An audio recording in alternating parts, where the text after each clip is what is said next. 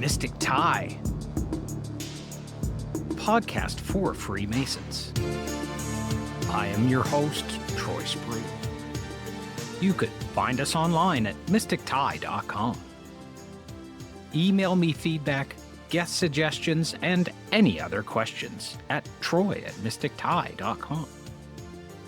You could support us on Patreon at patreon.com/mystictye. Welcome to a very special 50th episode of the Mystic Tye. For this milestone, we're doing things a little differently. First, I'm joined by brothers Brett Wolfe and Ken Lane, my fellow organizers of the Esotericism and Freemasonry Conference 2026. Coming to Seattle September 19th. We talk about the EFC, what we're building, and the growing community around the esoteric and contemplative side of Freemasonry. Then the tables are turned. Art Szabo, Director of Creative Content at the Mystic Tye podcast, takes over the microphone and puts me in the guest chair. He's brought a list of questions covering my road into Freemasonry and Esotericism, the origins of the first 50 episodes of the Mystic Tye, my own work with Tarot and Kabbalah, and where I hope all of this goes next. 50 episodes, some remarkable conversations, and plenty still ahead. I'm Troy Spreeuw, and this is the Mystic Tye, episode 50. I've gotten much better at editing. I don't know if you guys have seen any of the videos I've put out. Not the videos. So I've been putting out full-length, fully edited videos rather than just the audio podcast. And it's getting a lot of attention. The Alex Rofela video got 1,400 views in a week. Oh, wow. Anyway, Brett Wolfe, Ken Lane, welcome nominally to the Mystic Tye podcast. Here we're having a business meeting for Esotericism and Freemasonry Conference 2026, probably our last kick at the cat to circle in on Zoom and take care of some details. But I wanted to get you guys together over here just for a quick update, 10, 15 minutes to talk about why do we keep doing this? Like, why are we blasting our brains out to do this? We just found out today we've got Lon DuQuette coming in person for real. And that's like time to spike the ball and dance in the end zone kind of stuff, because it's hard. Lon has a hard time traveling, and we're so ecstatic to welcome him here.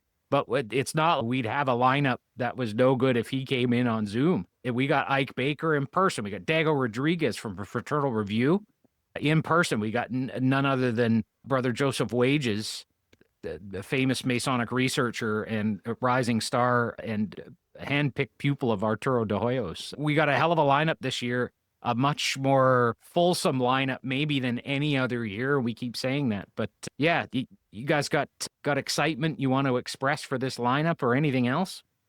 I'll jump in. I'll say we have also Doug Russell's going to be joining us again too. Yeah. And how there's something there for everybody. If you're at all excited about Freemasonry, this is just a phenomenal lineup that you would come back, I think, glowing that you've met the authors, heard good talks. It's just exciting. Bought a stack of books. They could buy books. You don't have to read them. That's right. Please just take them away. We don't want to send them back to the publisher. No, I feel it happens this way every year, where it's like, as it gets closer and closer to the event, it just gets more and more exciting. The adrenaline gets pumping. It's like, oh, this is great. We have all these great speakers are coming out. It's always a good time here in Seattle. It's a great time to be in Seattle. Sure. Just for the year, it's Ballard is just a lot of fun to be in for that neighborhood. And the conversations, I always say it when I'm at Lodge, before we leave Lodge, we always go somewhere else afterwards to socialize. And I always say 90% of Freemasonry happens out there, right? It's like, I feel like this event is that 90% of the Freemasonry, with where all the things, all the cogs start turning, all the ideas start percolating. It's just a lot of fun. Yeah, I'm really looking forward to this year's event and seeing everybody. I can't believe I forgot Brother Doug Russell. I just interviewed him for this podcast 48 hours ago. And we had a hell of a good time, almost 2 hours getting caught up and talking about his book. And it's been a long time coming, but I'm excited to see it come to fruition for him. And the book table will be maybe the most exciting book table we've ever had. with so many prolific authors. I think with this group of authors between Josef and Lon and now brother Doug, and just the amount of choice that could be at the book table. Lon's got, I don't know, 26, 28 books in print, including 2 that came out this year so far. There's just so much going to be available, and it should be such a great time. I understand we have the brethren at Occidental Lodge to thank for lunch again this year. Yeah, Occidental Lodge number 72 not only gave us free use of the building, but they also have donated a lunch. And it's going to be same type of lunch we had last year. I think that was a pretty big hit. We're going to do cookies, country chicken. Fried chicken. Yeah, it just ends up being a crowd pleaser. And a lot of people gave me good feedback on that. So we're going at it again. Well, and it's practical reasons. If we bring lunch in, we could turn around and get back to it in 45 minutes. If we send everybody away, you need 90 minutes, and then everybody comes dragging back at 2:00, and then you've lost. I feel like we learned that lesson the hard way so many years in a row. We learned that lesson the hard way. I can't, I remember doing this and just being like, I made this map with like all of the places you could go in walking distance. And, I sectioned it off by food types and dietary restrictions and all these things. And then we did it, and I was like, where did everyone go? Yeah. And which speaker gets the booby prize after we've sent everybody out for lunch, and we're trying to get them to put their beers down and come back at 1:30 or 2:00, and they got to get their attention again for 45 minutes. That's just not something we have a problem with if we keep them in-house. You could still have a beer too, I think. And anyway. It is an exercise. This game, I'll learn our lessons the hard way sometimes.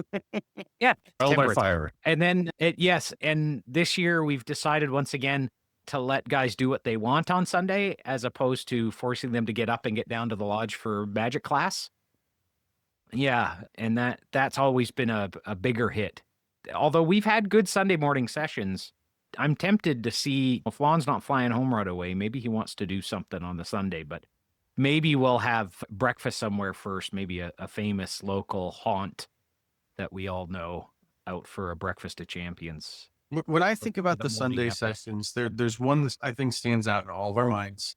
There's one that I got a lot of good feedback for, but ultimately, overall, I do think that having a more casual, sort of Sunday for everybody is always a good idea, because when I look back in my memory on all of the Sundays that we did, there's one that stands out, one that was, I think, out of this world. And what do you guys know which one that one was? Did it have something to do with dead lizards? Yes, it did. Yeah. Maybe that's enough said. Maybe that's enough said. I think with that particular presenter, we're lucky we didn't all get dosed with DMT instead. It was a good time. A lot of good feedback. Maybe we did. It's not proper to be doing that without permission. Just talk to the Egyptian Rite Freemasons. They'll tell you all about it. All right, guys, I'm stoked. I've still got more guys to talk to. I'm probably going to try and get Ike Baker back on the podcast. I'm sure Lon will do another promotional reel for us, even though I've already talked to him twice this year, quite some time ago. But he and I were recording for Scholomance Project. We did a talk about his young Aleister Crowley book, which is, it's more like a movie script that was turned into a book, and then there's an audio book that's really good. But no word of a lie, we were talking about different avenues the book might take, and he received a phone call from a literary personage who shall remain nameless regarding that. In the middle of the podcast we were recording, and he was like, yeah, we're still pursuing avenues to get this produced, and we're pursuing them literally right now. I had to edit that out of the podcast. It was quite amusing. Anyway, great stories from this year. Thank you guys for your support in helping me organize this every year. I know I haven't been down to see anybody, and I won't be down to see anybody until the actual event. And that's, unfortunately, it's just the state of things these days. But I really appreciate you guys doing the heavy lifting. If people are interested, where should they go to get a ticket? Brett?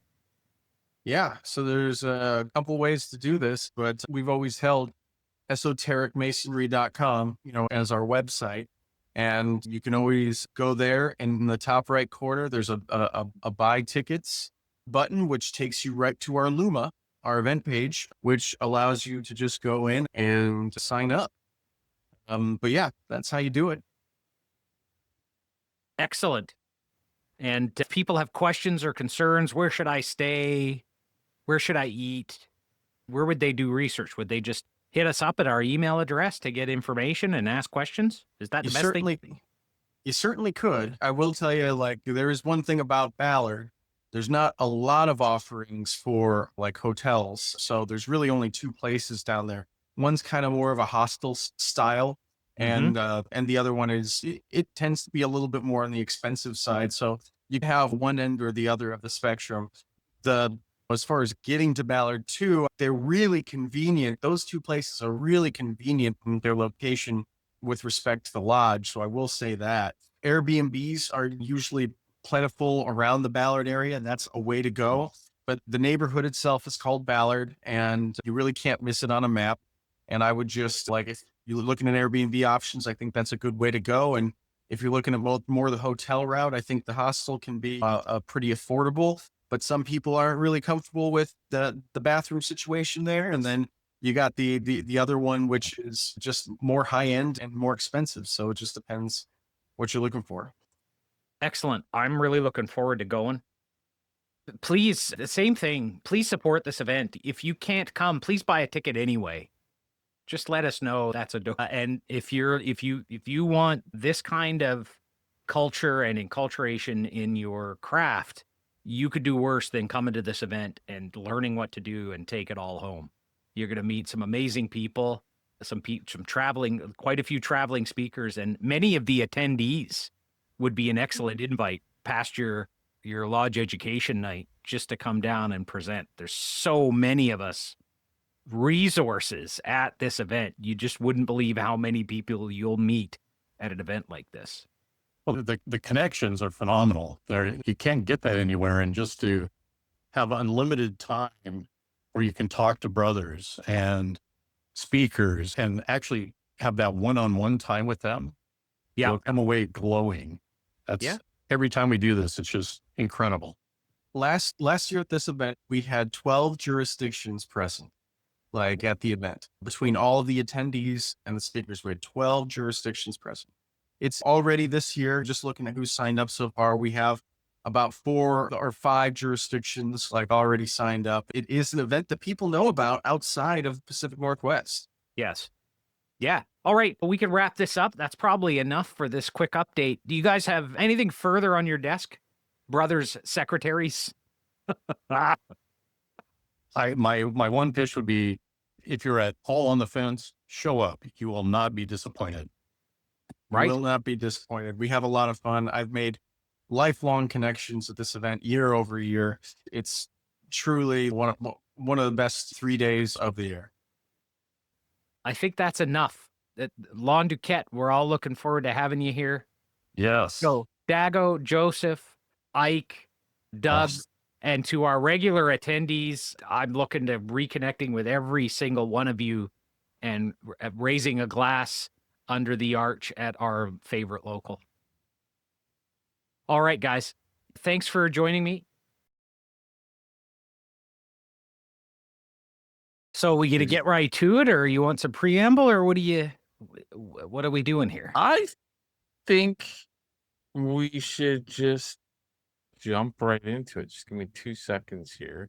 Ladies and gentlemen, listeners to the Mystic Tye podcast, for the very first time, and for your listening deliciousness, I present Art Szabo in his perfect circle hat, I think.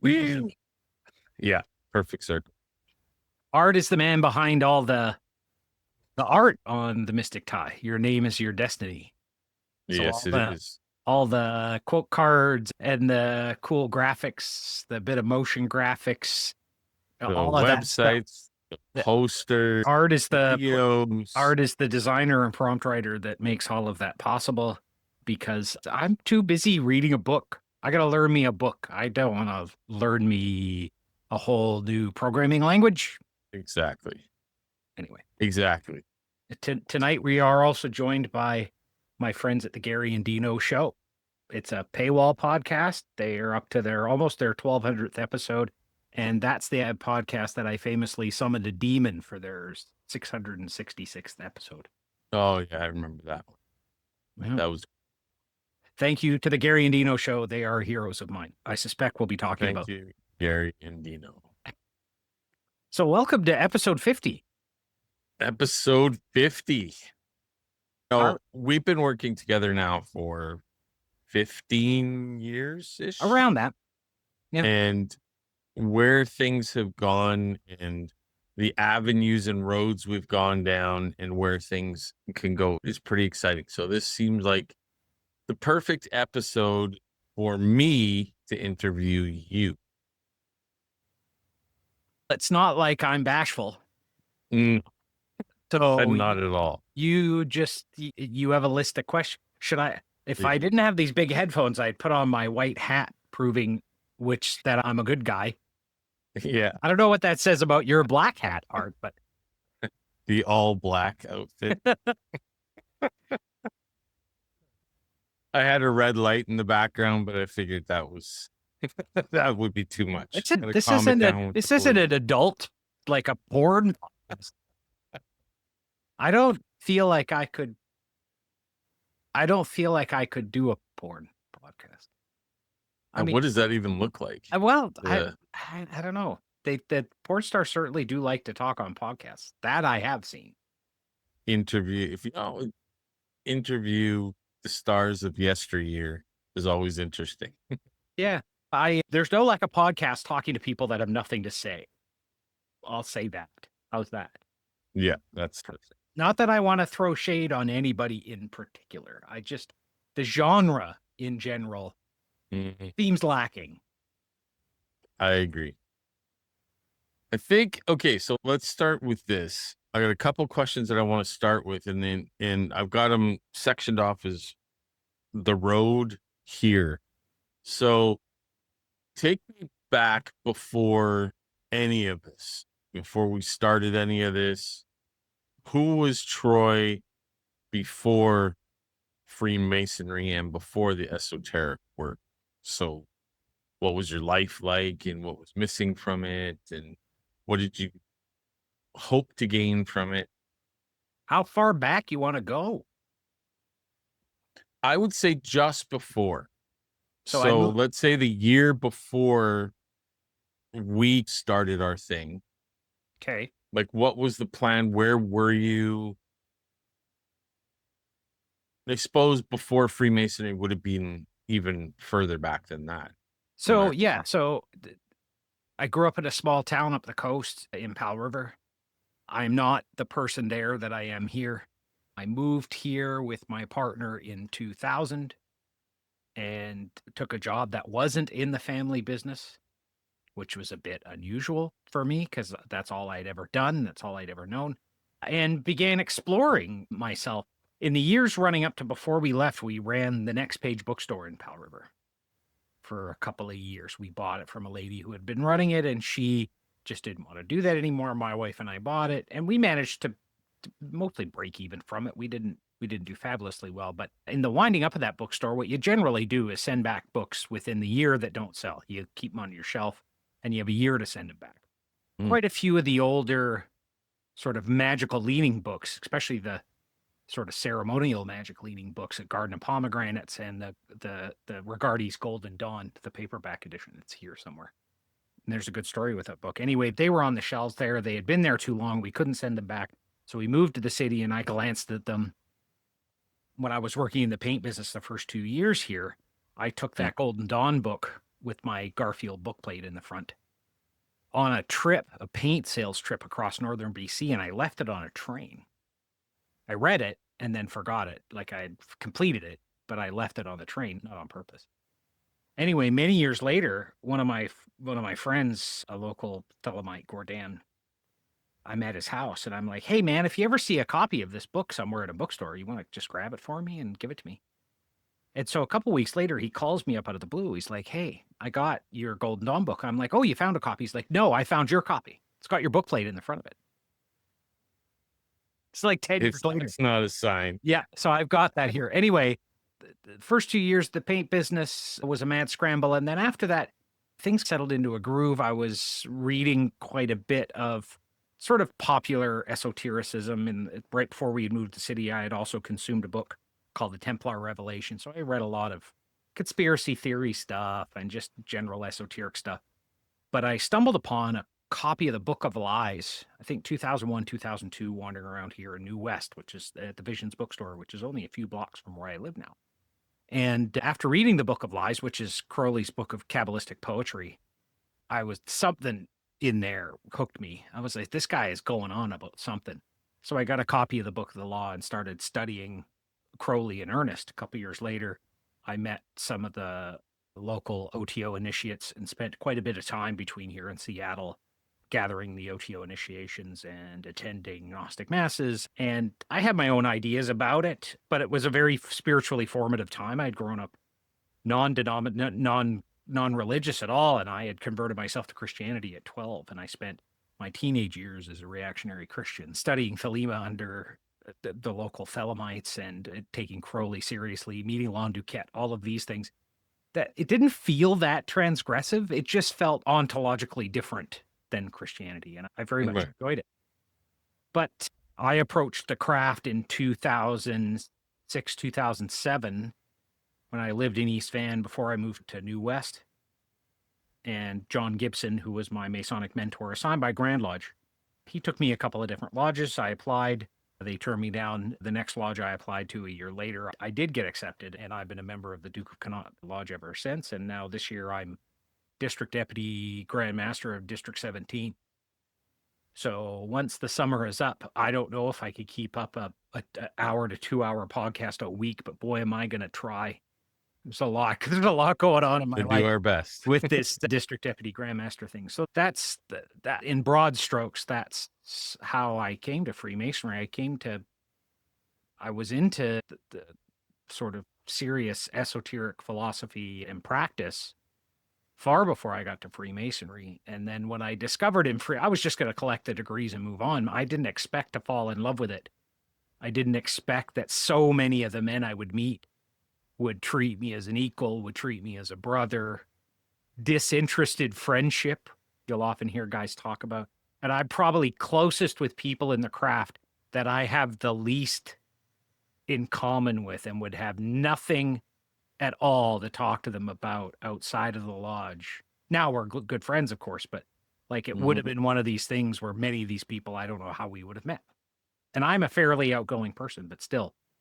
Anyway, there's that. Did you find it difficult? How long do you want me to go on? If I do 15 minutes every question, we're going to be here till 3 a.m. Did you find it difficult when you first joined the craft? Did you find it difficult having esoteric background? No, because Serious esotericism with like a conflict of the two? No. And there's only a conflict if you want to talk about that stuff all the time.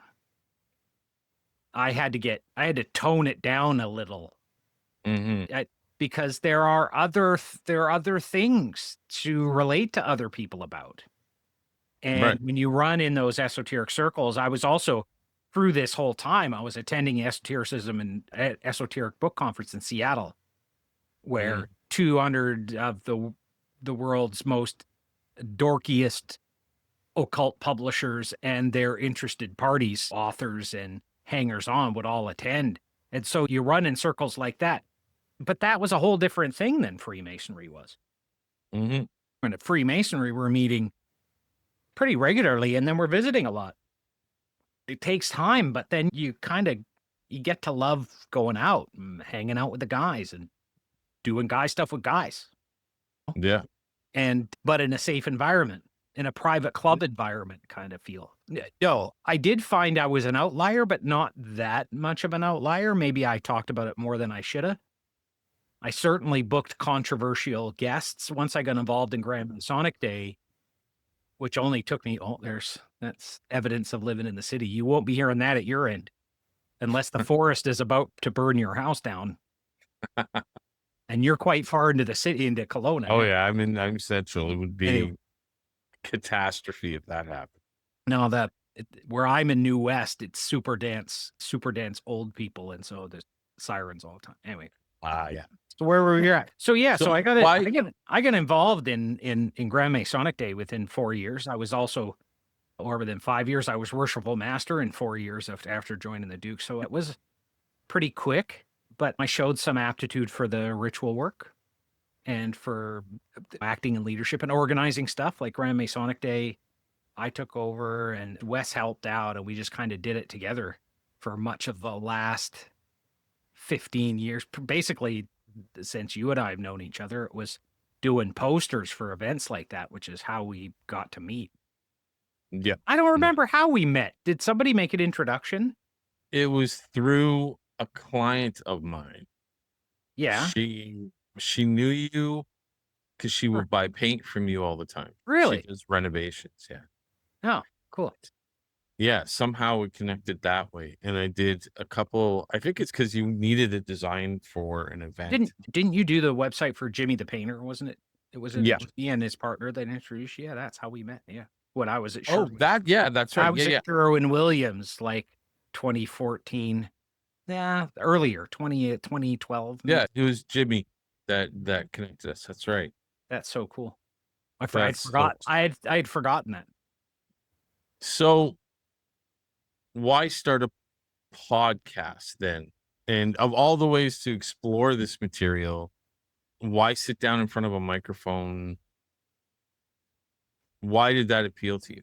One of the reasons I moved to the city and away from my small town is I couldn't get my favorite radio station, which was the Buzz of Seattle, which used to carry the Tom Leykis show. Now, I disagreed with Tom politically, and a lot of people have a hard time with Tom and some of his misogynistic content, and I think that's fair comment. But at the time, in the late 90s, the early 2000s, when I was desperately trying to get out of my little town, I was secretly trying to get Tom Leykis on the radio because I used to love listening to that. And listening to him produce radio episodes, I got super interested in people with the ability to stand in front of a microphone and talk on their own for 45 minutes or an hour. Many of Tom's most memorable episodes, especially when he left and started his own streaming effort, I think it was around 2009, he started doing the Tom Leykis streamed show. And my favorite episodes are the ones where he just turns on the mic. He doesn't have callers. He doesn't have guests. He doesn't have anybody. He just talks. He just tells a story or opines for an hour and a half or 2 hours or engages with his call screener, Dino D'Amelio, and Gary Zabransky, his producer, who are now the Gary and Dino podcast. One of the longest running podcasts in history with closing in on 1,200 episodes now, those guys. They've been doing it 12 years, 13 years. Yeah. That's impressive. For the first year, they did a daily show. The first 400 episodes were daily. And then they did a weekly. And That's insane. one of the shows after 666 that I also appeared on, I think it was 702, was the longest show they ever recorded as a podcast before they started doing their Boo Zoom events, which are basically people getting together on Zoom and drinking, which is, again, this is very sophomoric material for somebody into the brighter sides of philosophy, but it still is attractive and fun. And anyway, Nina and I were in their studio and Tom Leykis' studio for episode 702, and they went 7.5 hours. We didn't get on the mic until 3 a.m. They did like a 3.5, 4 hour show, and then they had us on. Nina and I did an hour, and they did another hour and a half beyond that. Nina was falling asleep. It was like the middle of the night. We were falling asleep on the studio chairs. But it was a blast getting to know those guys, being friends with those guys, being motivated and inspired by Gary and Dino. You should show them some love and subscribe. Even go subscribe to $10 for a month and go take a listen and see if you can handle it. They don't even know what they talk about. This is from their event, Spring Broke. Again, I don't want to promote somebody else's podcast all night, but this is from their event. They've been doing in Vegas every year for years and years. I've been to 4 or 5. I'm really not traveling in the States very much right now. Anyway, what was the question? Yeah. What motivated me to do a podcast? Well, it's like if Tom is brilliant, but if Gary and Dino, those couple of dopes can just throw on a microphone and talk for 7 hours and That's incredible. make it sound fun. They're Mhm. pros and they're really good at it. But they learned from the best. Lycus was one step away from somebody like Howard Stern, right? Mm. Stern was the king of all media, the biggest talk show host in history. But Lycus was number one in LA for years and years in afternoon drive time in one of the biggest radio markets that has ever been. And it's never coming back. That's all gone now. But it was fun to watch him do what he did. And I don't know if Tom's ever going to hear this, but he's my hero, if not there again, some of his political views or ideas. It's more about how he expressed himself and the fact that he didn't give a shit if people didn't agree. He was just like, nope. It's not like bullshit right-wing radio. He just expressed ideas. He wasn't out there to shock and awe people like Rush Limbaugh or convert people, get them thinking a different way. It wasn't that way. It was just expressing opinions in a way that would cause people to talk.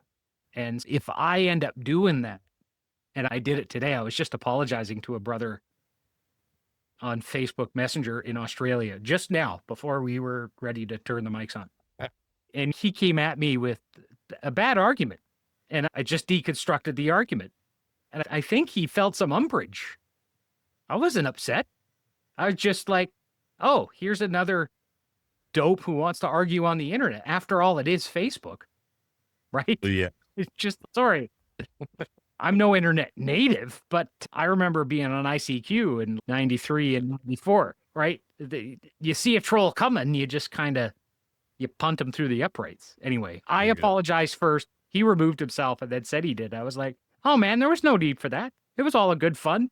But again, there's no context online, right? He can't see me smiling and taking a piss. He just, right? He had an issue with what I had to say or how I was saying it, even though it was a book review. I was reading essentially what my agent gave me about this book review and the few things I changed. This guy was like, that's not Freemasonry. I don't know. Josef Wäges seems to think so. I think it is Freemasonry. Anyway. But that's that.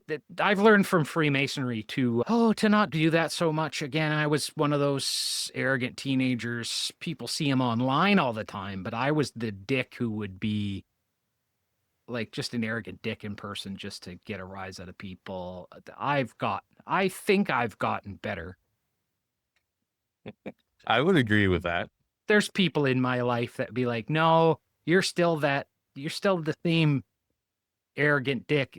That's just because they really know me, maybe. But there's people I've offended over the years. That's no hard feelings.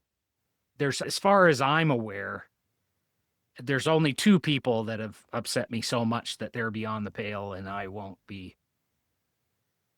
Yeah, I'll be putting link objects over here on the altar for those people. It's and they know who they are. It's sensitive material sometimes. Sure. People don't like to hear that. Okay. That they might end up a link object on my altar? Yeah. Or no, some of these philosophical ideas are so transgressive. Yes. That's not my fault that people aren't willing to look. These are just ideas. Nobody's Crowley writes about infanticide, like murdering little children. He's talking about jerking off is what he's talking about. Right? This is sex magic terminology. It's Crowley's stupid sense of humor, tongue in cheek, and wink nudge, and he thinks everybody gets it. Look, not everybody's going to get it. That guy was raised in a high control Christian cult, right? He was not all right. And you read it in his writing and the way he treated his students and some of his aspirants. He was a cult leader. Okay. But you got to read past the hurt people kind of stuff. Read into the messaging that the spiritual forces speaking through him were trying to deliver. That they've tried several other times. One of the more famous times, we nailed that guy to a tree for telling us to be nice to each other for a change. And we're still arguing about that. I think it's a good idea. I thought Jesus had some good ideas. I just wish the people who follow him would actually pay attention to the ideas he was actually talking about. Yeah, 100%. How's that? How's that? It's good, man. Okay, so 50 episodes. You've talked to authors, scholars, practitioners. How has those 50 episodes and talking with those people changed your own practice? Have you adopted anything that you didn't think you would, or discarded something that you just don't think is necessary anymore? How has it changed your day-to-day practice? I tell you, I don't set anything aside. I only add more. And you've heard me joke about this before. I've never been into drugs, but boy, maybe I should take up doing the meth, because it would be nice not to have to sleep 9 hours a night. There's just so much. There's real standouts, like talking to Ike Baker. He and I, and we disagree about so much about the practice and why and the philosophy behind it. But when you set that aside, which is a lesson that Masonry teaches, don't focus on the things that separate you. Focus on what unites us, right? The religion on which all men can agree. So as I've interviewed lots of different Masonic scholars, guys with like Josef Wäges, in a recent interview, I got to know Joseph. I've interviewed him 4 times this year. He was here for Grand Masonic Day. And in getting to know him, you really see the guy's got hypergraphia. He can't stop writing. So what does he do with it? He translates and writes Masonic histories and analytical sort of backgrounds on the ritual.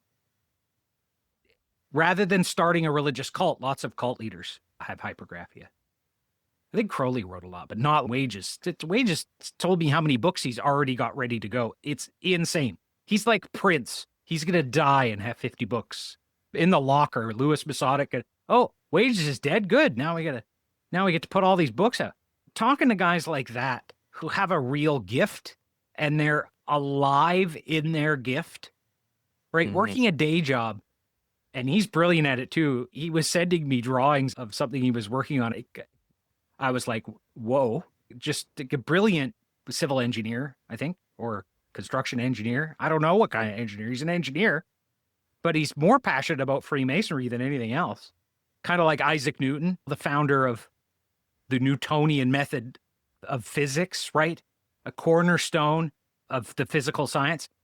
Dude spent 95% of his time thinking about the limits and proportions of King Solomon's temple and knowing the mind of God through the mysteries around what was contained in the Bible. So in exposure to people like that, Dr. David Harrison, one of the more brilliant Masonic historians, lives in England, is interested in esotericism, loves tarot and a number of other practices, but that's not forward for him. For him, he's writing histories of English Freemasonry. And he just wrote this book about Yarker. And Yarker's important because he's the one who gave Crow the Memphis Emissarium and ancient and primitive rite charters to run the OTO under. And guys like this writing these histories alive now. We think the occult revival in France of the early 19th century or in England in the late 19th century, like the Golden Dawn and Sria being founded, we think those were important times. I tell you, now, the scholarship that's been going on since Favre in the 70s and 80s, and now with the academic treatment of Western esotericism, this is it. This is the time to be alive for somebody like me. And I'm super interested in not just reading about this stuff, but actually trying it on. So I don't demonstrate in public. There's been times when I've done that. I don't really demonstrate in public. And I'm about to start maybe teaching a little bit in workshops, but for many years, I looked up to others to do that. But my mentor, Lon, is always going on about, at some point you look around and you're like, oh, I know more about this than anybody else here. I guess it's my turn. Exactly. And that I had many a conversation about that. My imposter syndrome melts away at times like that. At other times, it's an overdrive and I'm paralyzed and the cursor is blinking back at me across the screen for an hour or more. And I drink a coffee and go make another coffee, or drink a soda, or go get something to eat, or go for a walk. And I come back and that cursor is just blink, blink. The usage of the AI bots just to have a conversation back and forth, right? Mm. The guys on the Conspirituality podcast were just talking about spiralism, about this old idea of spiraling into your own ideas, and how this tool we've created that is now a mirror. I think the working tool for AI in the future will be a mirror. The Masonic working tool will be a mirror. It holds a mirror up to everything that's going on in the world. It puts a shine on it because it wants to suck up a little bit. It wants you to use it more. That's how they get you. But Yep. you realize that's what it's doing. It can still be a valid tool. And I very much enjoyed working through my imposter syndrome and researching stuff. But ultimately, all of it is to share my passion for what I'm doing here. But ultimately, I'd like it to pay dividends like money so that I could spend more time reading books. Ike's kind of a hero because he's full-time now teaching classes and traveling and doing that. And I wouldn't do it the way Ike's doing it. But boy, that's super exciting to be a professional Freemason without having to work down at Grand Lodge. Busy, man. Maybe He's that's my awesome. tipping my hand a bit, but no, he's earned it. He's the real Mhm. thing, right? He's the real deal. And again, I might disagree with him, but I think you get right down to it. A lot of the practice is the same. It's practice. You don't just talk about it. You actually have to do it ultimately. Anyway. Oh, it's delicious soda. I might go get another. You'll know Okay. caffeine free, right? This is how I am normally. I'm normally this hopped up. I have coffee in the morning and that's it. No more. I'm not, otherwise I couldn't sleep. This is how tightly wound. People think I'm like nice and mellow and pleasant all the time and really under control. I am a seething ball of rage all the time. Yeah. I hide it well. Yeah. Getting better at it. I'm trying, doing my best. Maybe I should drink some water before I guzzle that also. I've already had 2. Okay. So let's talk. I know you and I have had a few conversations over the last Hang on a second. month. Did I answer that last question? What was that last question? In a roundabout sort of was Ask it again and let's see if I got something else. so the whole idea behind the question is it's been 50 episodes. Oh, and, yeah.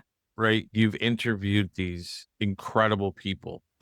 Yeah, How was right? it your view on things? And I think, yes, you did answer Okay. 100%. And I do agree that with Lon in the fact that it's time to start striking out.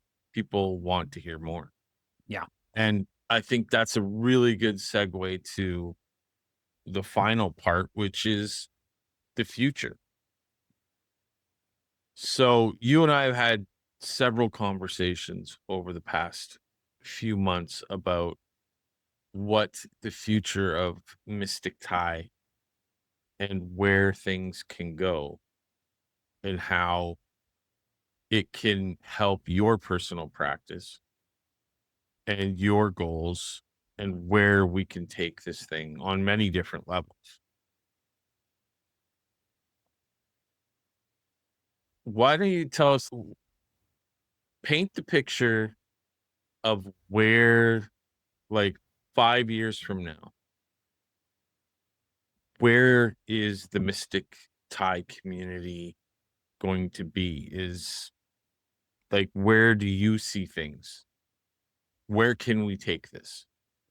So this podcast will continue to feature people doing the work. And yes, that is authors that have something to publish, or people who've contributed articles to major publications, Rosicrucian, Fraternal Review, Philalethes, these major journals.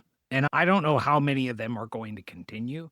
It's a lot of work, right? And just like our building, so many of our periodicals have bloomed, blossomed, and drifted away. So I hope they continue. And I hope that I can continue to be a sounding board and a megaphone to those guys who have ideas about the craft that they're willing to sit down and publish. I may even start bringing on some self-published guys. There is a lot of self-published schlock. So it's hard to decide which of those people to feature, because so much of it is, it's like reading Krishnamurti or whatever. Some of it's very self-referential or mutual masturbatory or whatever. But there is some of it that I would want to feature. And so I want authors, Masonic speakers, Masonic culture contributors to reach out and get on the Mystic Tye, because I want this to be the first stop for people doing that kind of work. And I'm getting ahead of it with Lewis Masonic. I believe McCoy will be publishing new stuff too. I'm going to be featuring all of those authors and having the items here in stock. And then as far as community building, I want this to be a place where like-minded Freemasons, people who can see past the particulars of their own faith tradition and look beyond that to the religion, the faith, the religion on which all men can agree, and look for practices that will boost their own communication of deity with their soul. That's really the goal. And pursuant to that, we're going to start holding events in person beyond Esotericism and Freemasonry Conference. I may spawn more events like that, maybe take it on the road a little bit. Again, I'm not going to be traveling in the States very much. We'll see if they'll even let me down for Seattle. I really hope they do in a few weeks. But, right. EFC is coming up. Yeah. A few weeks. And it would be terrible if I couldn't be there. Lon DuQuette's coming in person. Surely I can make it. So I'm planning to go anyway.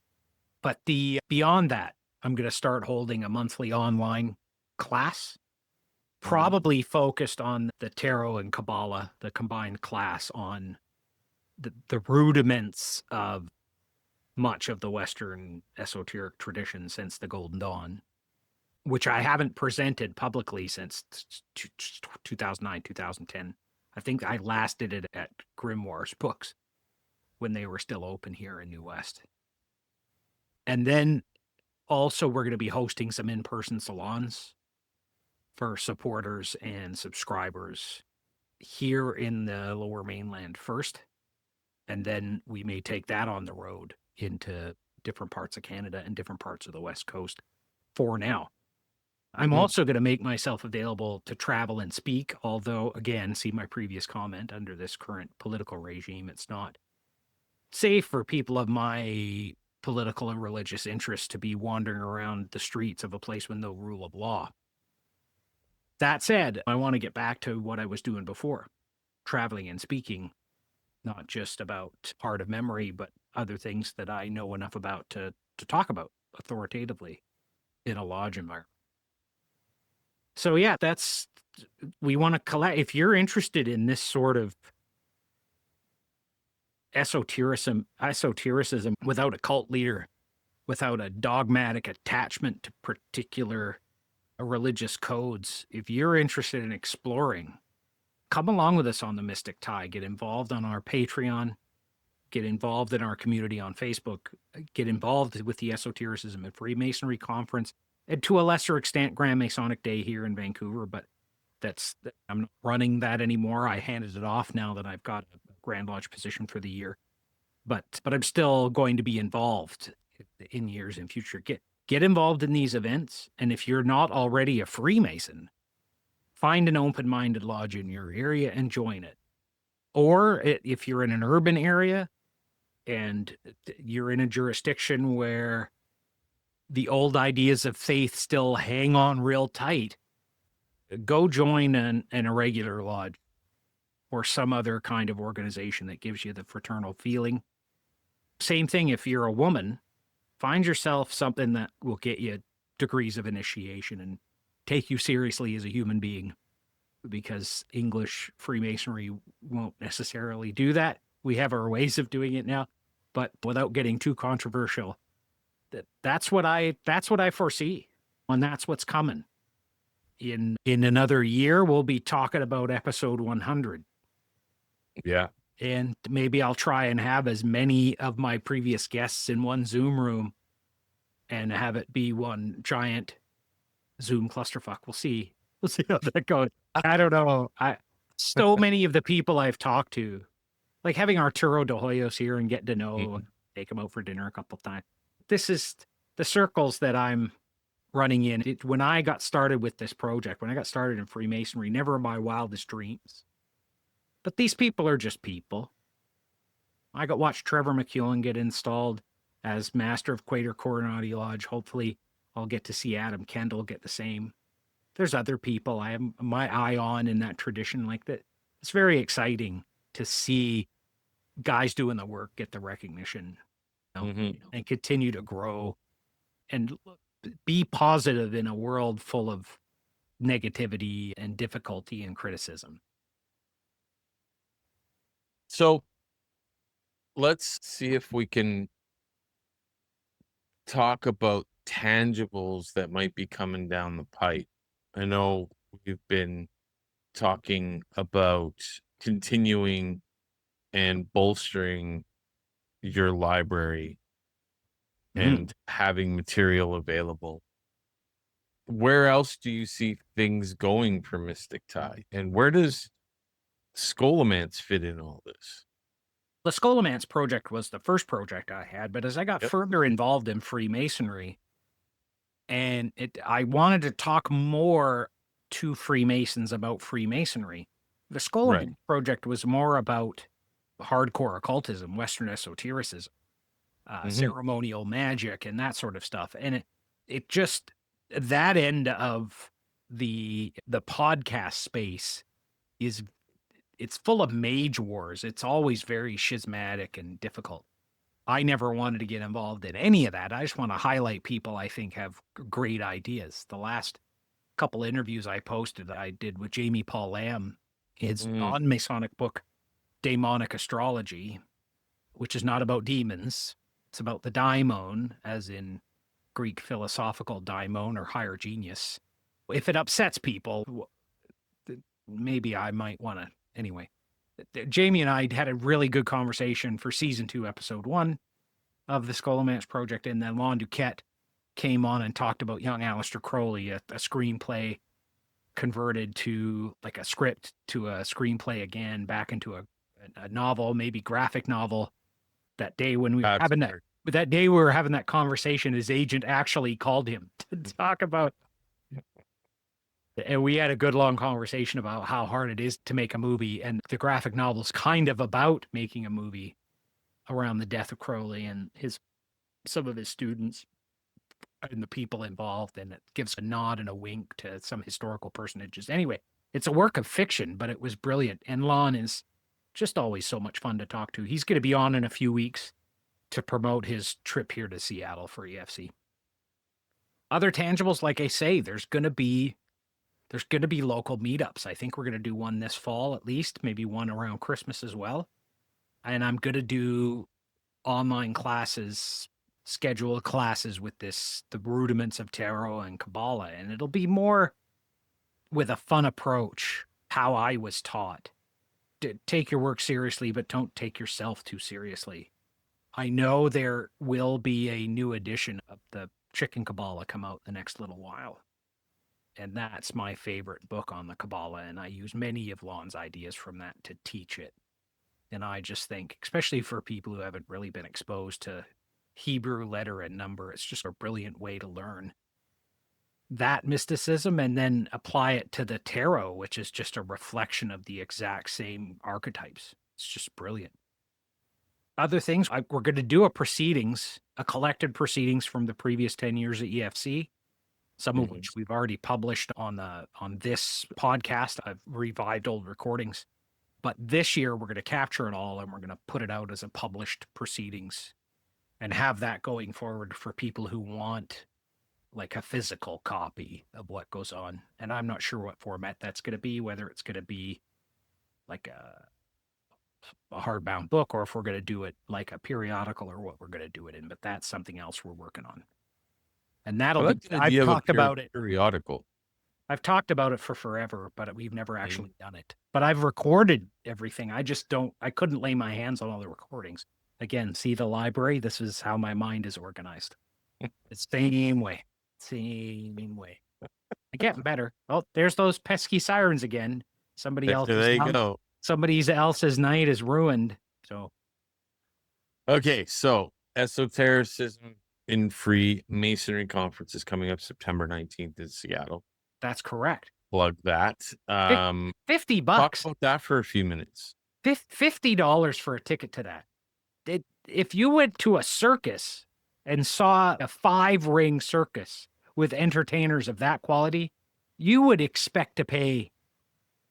It's funny. I say those words and I want to recite Danny Kaye's line from A White Christmas. You'd expect to pay $660 or even $880 to see a powerhouse like Wallace and Davis. Anyway, you'd expect to see Lon DuQuette at Joshua Tree with the Magical Retreats. It's, I don't know, they got to charge a few $100, maybe $1,000. I don't even know what they charge for that, but it's a lot. It's a lot more than we charge for Esotericism and Freemasonry Conference. And you know what? With the number of bookings we've had this year, which is a shock to me, we may even sell this thing out. We may have to close the ticket sales in advance. So don't wait to get your ticket at the door. And again, if you can't make it, still buy a ticket. You don't have to go to the event.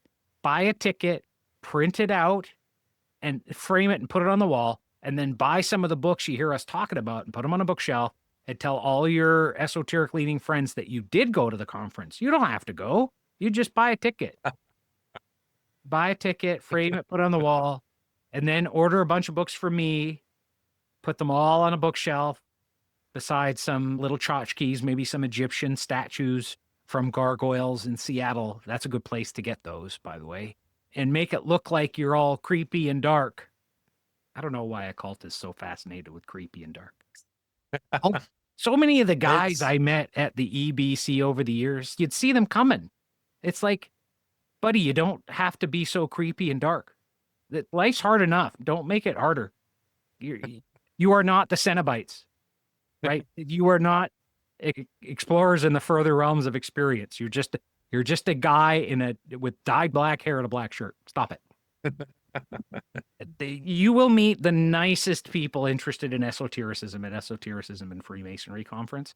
You will meet some very unusual Freemasons there as well. And we've had Freemasons of my particular philosophical interest that have had a hard time in the craft. And I'm going to be talking more about that too. There was a guy who was recently charged under the Masonic Grand Lodge of Oklahoma. And it's a travesty that a basic liberal tenet, philosophical tenet like freedom of conscience isn't being respected in that jurisdiction. But I'm not going to talk about it until the trial is over. And then if he's found guilty, you'll hear my comments from EFC this year, which are basically going to amount to people interested in Thelema in the craft need to keep their own counsel and keep to themselves, because we don't need more secular division, and the wider craft is just not ready to accept that yet. It's all high-minded talk, that openness. But like I remind the younger members of the craft, if the old guys get in your way, and take what you can from the old guys, it's nice to have the relationship with the old guys and get to know the old guys. You get a lot to learn from those guys. But if they get in the way of what you're trying to build in the lodge, make the big plans anyway, because they're going to die and you're going to be left behind to run the craft the way you fit.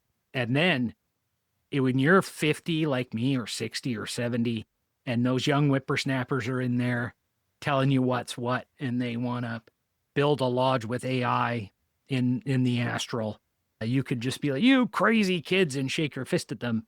But secretly, you should warm the cockles of your heart that anybody gives a shit enough to fight with you about this stuff. Yeah, that is an excellent statement right there on where things are at. There you go. I totally agree 100%. It's like unfortunate, but you're right. Got to keep it close to you. What would Maynard James Keenan say about that? Somewhere along the lines of, I have no opinion. Yeah, something like that. I'm thinking of some Tool lyrics where he's just screaming. Yeah. Learn to swim. See you down in Arizona Yeah. Bay. Yeah, that's definitely one. So I could recite all of that, but it would be offensive to so many people. I think closing, the best thing, if people want to get involved in this and see where things are going, this is just a preview. We've had a lot of ideas thrown at the table, and they're all great. And I think it's going to turn into an amazing community. If you want to, go to mystictye.com, sign up to the newsletter. Oh, yes, the newsletter. Go get the newsletter. We're not going to spam you. So you don't miss episodes, so you don't miss what's going on and the things that we have planned for late 26, early 27. Wait a minute. No spam? I like spam. No, Well, you how about no tell them spam? that. How about just that Hereford corned beef, the stuff in the tin that's not spam, that's also delicious? How about that? Spork. Oh, yeah, I like that too. The Portuguese flavored spam. In Hawaii, they have flavors of spam. It's huge out there. True story. They have a whole. You go to the Safeway, which used to be in Lahaina, and it's burnt now. But that you used to go there. There was a whole aisle of spam, and it was expensive, but it was delicious. Why do we get talking about spam? Go sign up for the newsletter. We will send you. Yeah. We will send you content weekly, and that I can. Here's what I can tell you: that all of the content we're generating is us. This is us making it. And the agents we use help us make this stuff, but it's all us. And we're training the agents on the stuff we make, including the transcripts. And it creates amazing, irreverent, fun stuff that you're not going to find anywhere else until the internet steals our stuff, which might happen eventually. But right now, it's still just us. So before the internet steals it and sells it for a penny, come on over here and sign up for it and get it for free on the Mystic Tye newsletter. Please sign up and consider our Patreon. I'll do a tarot reading for you. You could have me at your party to do tarot readings for you and your guests if you want, or you could meet me at the Arcana Spirit Lounge where I'll read your tarot down there. But I got to put a napkin down because the tables always get sticky from the drinks. What a great spot that is. It is. I have yet to check it out, but I've heard nothing but good things. Next time I'm in town. Here, let me see if I can get the skull drink that I had there and show you a picture. Yeah, so please sign up for our newsletter. What else you got, Art? You got more questions there for me? Let me see here. I'm wondering if I should check that out. Because oh, wow, that's Can really you see cool. That? It's like a skull with it's got a light in the bottom of it. And it looks like it's a crystal skull. That's really cool. This place, the Arcana Spirit Lounge, it's kitschy like a tiki bar. I hate it, but I'm strangely drawn to it. It's kitschy, but when you're there, from what I've heard, you feel like part of the community. It's got a theme. It's got, yes, it's a little kitschy, but it's better than anywhere else. Last time I was there with a PhD student who studies Hebrew every week, a woman Freemason who spotted a Russian spy at our last major event, and a couple of other guys that went out and smoked probably the biggest joint I've ever seen in my life. But legal here now. Legal. It was, and it was, what a party that was. And then I read everybody's tarot cards, and it was a blast. We weren't fortune telling. We were just cutting the tree of the universe across and counting the rings, as I would say to people. I like that. I'm going to make a t-shirt with that. I'll design the shirt. You should make a t-shirt that's like you cut in half, and it shows your body in side section and being like, this is like tarot reading, except instead of cutting the tree in half, I cut myself in half. I don't know why that's funny. It sounds funny to me. Now I'm just spitballing. I'm sure the Gary and Dino show would appreciate it. I'm wondering if we should touch, and we can cut this part out, obviously, but I'm wondering if we should touch on the creative process a little bit, since you brought up the agent AI part of it. What do you think?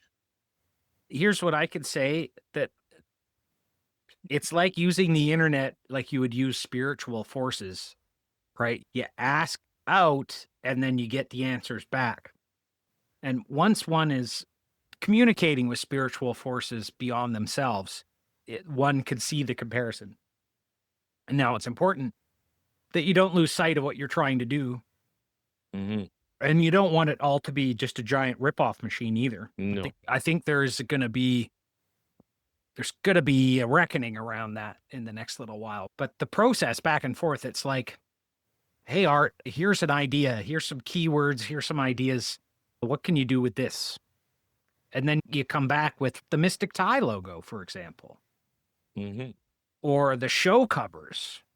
And then we stumbled across this kind of parchment and faded black with splashes of red in it kind of art motif. And then we do that for a while and it's really cool, right?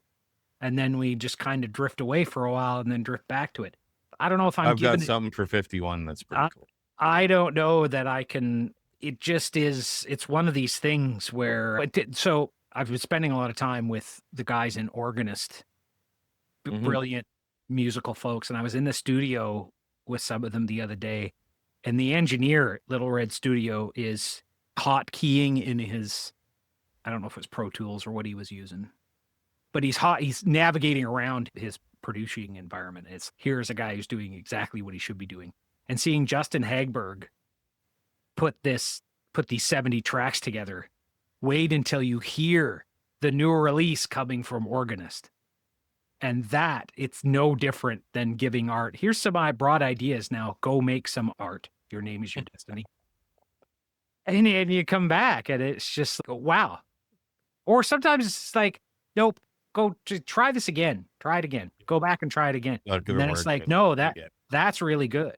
And we stumbled across years ago the logo we're back using for EFC, and we'll be building around that. The square encompasses with the eye in between. We should have just used that from the beginning. I knew that we were going to circle back to it eventually. But yeah, but it's just it was the best one. It identified it the best.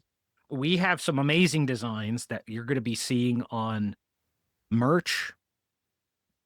Maybe a collab with Fraternal Ties. Brother Gomez is busy, but he insists that at some point we'll do something. It's just really cool. I'm very excited about that. Yeah, watching him. The thing I want to say as the creative director, now we're talking about agents and using AI. It is really important that everyone knows that the process that I use has a source of truth. And that source of truth comes from the podcast transcripts. So when Troy says, oh, give me an idea, he gives me an idea and I go and come up with it. I am a multimedia specialist. I do have expertise in AI, but I also have expertise in branding. And it's very important to me to use it as the middle process. And what I mean by that is it's for ideation and iterations only. Everything that we put out always has a human touch going out to every single thing. Were you going to tell me at some point that you're ripping off the podcast to make more podcast stuff? Did I not send out the memo? Wait, what? Wait, hold on a second. What the are you doing? Is that what those transcripts are about? Why weren't you going to tell me? Yeah, I just wanted to say that because I know it's a very touchy situation when you're talking about using AI, but we use it for ideation and iteration. When I came up with the Mystic Tye branding at first, it was my design and I spitball back and forth with AI for ideation and different variations. When I wanted to rebrand Mystic Tye this year, I took it in a completely different direction that I felt made more sense. And AI agreed. And if you're browsing around the Facebook page or the Instagram page, or God forbid, Blue Sky or X, my Blue Sky or X account, you will see in the coming weeks the animated logos going out, which are really top notch and a lot of fun. And thank you for that, Art. Yeah. I appreciate all the love and care and attention you put into this stuff. It's been a joy and a blessing to discover you and get to work with you. And I can't recommend you enough. That being said, people, if you are looking to get a website built or, God forbid, start a podcast, don't do that. If you're gonna, if you want help, you could do worse than by talking to Art and getting him to quote you some creativeness. Just so I appreciate this. in as much as whatever your project is doesn't conflict with mine. How about that? Exactly. Right. No, I appreciate that. It's been great. It has been extremely rewarding running this roller coaster with you, and I'm excited to see where things go in the next 5 years. I bet you never thought I'd get to doing a podcast a week, did you? No, Neither I did I. really But didn't think so. And I'm so impressed. I think the material that we put out, there's a lot there. So go back, listen to the episodes. I'm going to be putting out nostalgic episodes here and there so people get reminded of the guests that we've had.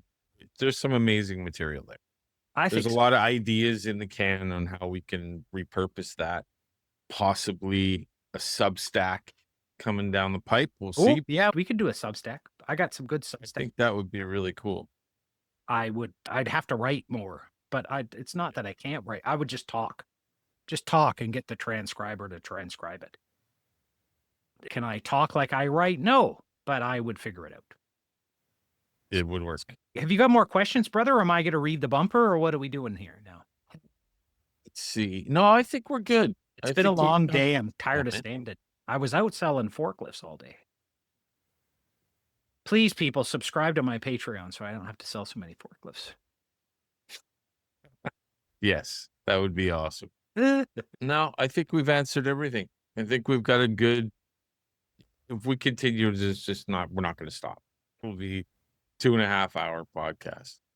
I think this is where we wanted to leave it. Don't forget to go mystictye.com, sign up to the newsletter. Yes. That is going to be where everything will be listed, and Patreon, of course. Yes, don't forget to sign up for our mailing list. Go sign up for our Patreon. Go subscribe to the Mystic Tye Facebook page, the Instagram, and don't forget to check us out on YouTube. Yep. Many people didn't even know I started dropping these as videos. Somebody was like, "Where are you getting all the video content for your audio podcast?" I'm like, "Oh yeah, I just quietly started putting out videos at some point." Full videos. Full length. I don't really edit them very much. I'm a little more cautious about what I say than I might have been before. There's going to be some amazing outtakes in the next little while. Some of the stuff I said to Alex Raffaela and then edited out. Or Josef Wäges. The first couple of times Joseph and I talked, man, there was some pretty bombastic stuff going on. And people don't even know. But I'm going to post it in the Patreon at some point. So, yeah. I think that's great. Yeah. Subscribe on YouTube. Yep. Go do that. Newsletter. We're releasing full episodes on YouTube. Right. As well as a whole bunch of shorts for little bites that you can absorb. And we've got a ton of stuff coming down the pipe. Pay for my premium Patreon level and I'll give you my phone number. You can just phone me. Buy me lunch, I'll give you my phone. You can just phone me. I still answer the phone.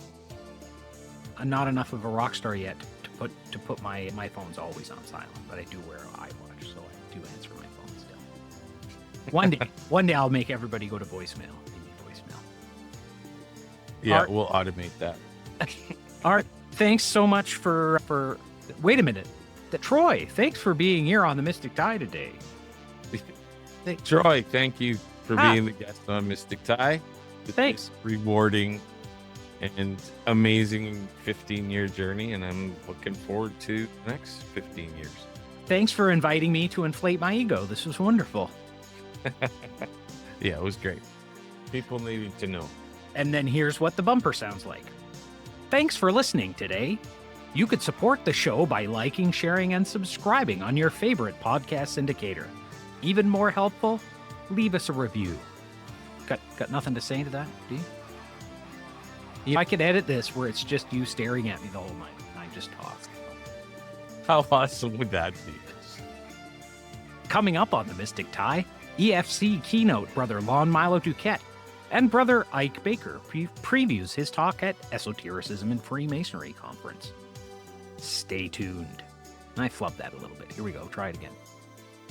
Coming up on the Mystic Tye, EFC keynote Brother Lon Milo DuQuette and Brother Ike Baker previews his talk at Esotericism and Freemasonry Conference. Stay tuned. Like that vocal fry there? I like that. That one was right. That's good. We are looking to create a directory of Freemasonic events and publications. If you are aware of something coming up, please let me know by email. In the meantime, check out the Masonic Conference's website at masonicconferences.com. A little bit sing-song. Esotericism and Freemasonry Conference will be held on Saturday, September 19th. Our keynote speaker will be Brother Lon Milo DuQuette, author of The Tarot Architect.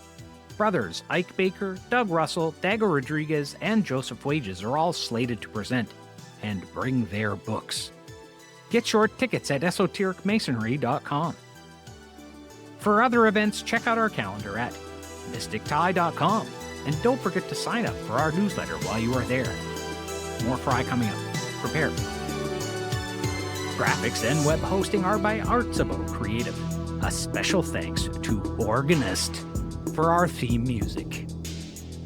Happy to meet, sorry to part, and happy to meet Art again